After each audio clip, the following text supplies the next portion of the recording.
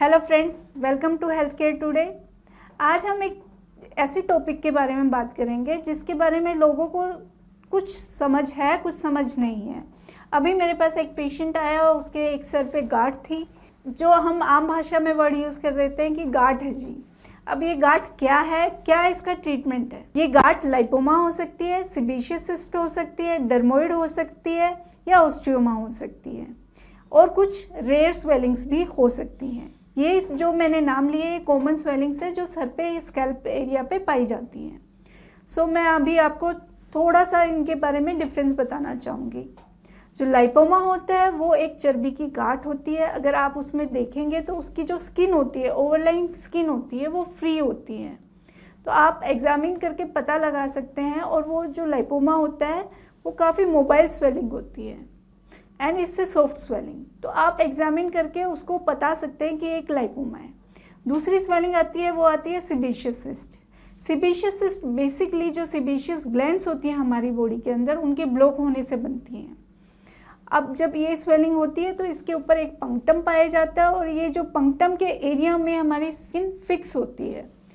सो इस बेसिस पे हम सीबेशियस सिस्ट और लाइपोमा को डिफ्रेंशिएट कर सकते हैं। तीसरी मैंने बताया dermoid. Dermoid usually congenital swellings होती हैं, या फिर जो अगर लेट भी प्रेजेंट करती हैं तो जहाँ जहाँ पे मिड लाइन फ्यूजन होता है वहाँ पर पाई जाती है। आँख के मीडियल साइड पे या लेटरल साइड पे, ऐसी जगह पे जहाँ पे फ्यूजन होता है वहाँ पर पाई जाती हैं। और जो डर्मोइड होता है उसमें कंटेंट टोटली डिफरेंट होता है फ्रॉम सीबेशियस सिस्ट।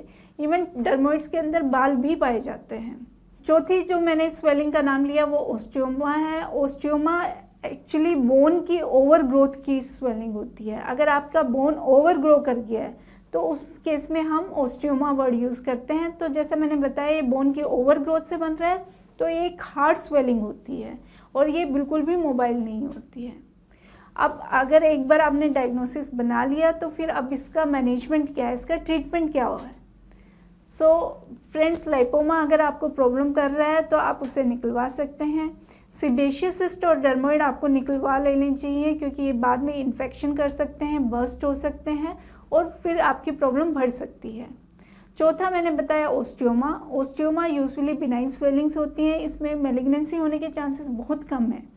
बट अगर ये आपको कॉस्मेटिकली प्रॉब्लम कर रहा है या फिर इसका साइज इतना बड़ा हो गया कि आपको कोम करने में प्रॉब्लम हो रही है, तो ओस्टियोमा को जो बोन का ओवर ग्रोथ हो गया है उसको हम रब करके घिस के एक लेवल पर ले आते हैं।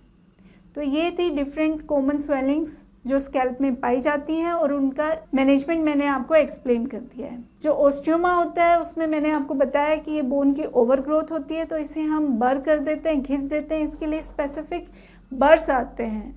उन बर्स को यूज़ करके उस बोन को हम जो सराउंडिंग बोन है उसके लेवल तक लेकर आते हैं। इसमें थोड़ा बहुत ब्लीडिंग होता है जिसे सर्जरी के दौरान कंट्रोल किया जाता है और सर्जरी के बाद ये एक बिल्कुल स्मूथ अपीयरेंस हो जाता है और कॉस्मेटिकली भी ये काफ़ी बेटर अपीयरिंग होता है। सो ये थी कॉमन स्कैल्प स्वेलिंग्स और इनका मैनेजमेंट। सो अगर आपकी भी बॉडी में ऐसी कोई भी स्वेलिंग है, कोई भी गांठ है, तो उसका प्रॉपर डायग्नोसिस होना और मैनेजमेंट करवाना ज़रूरी है।